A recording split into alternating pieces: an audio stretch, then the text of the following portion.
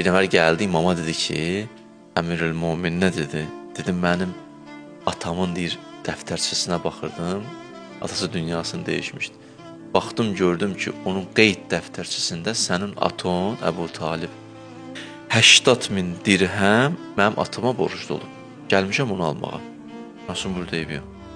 Yazıbsa, sən aton düz danışan kişi olub. Yazıbsa, mən də verirəm. Verdi. Getdi üstünə bir müddət keçdi, qayıtdı, gəldi, sanla, bağışla, dedi, nə olub? Dedi, sən demə, atam sənin atama borclu olub 80.000. Mən eləmişəm, sənin atam mənim atama borcluymuş.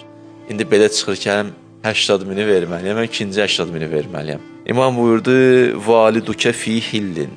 Aton ki, atama borcluydu, o halal elədim. 80.000 ki, aton atama borcluydu, o halal elədim, narahat olun. O ki, qaldı mən verdiyimə, vəlləzi qəbəstuhu minni, huvəllək. Da verdiyimizi də almarıq, o da sənin. Biz vermişik, almarıq. Əhl-i beyt bu cürdür.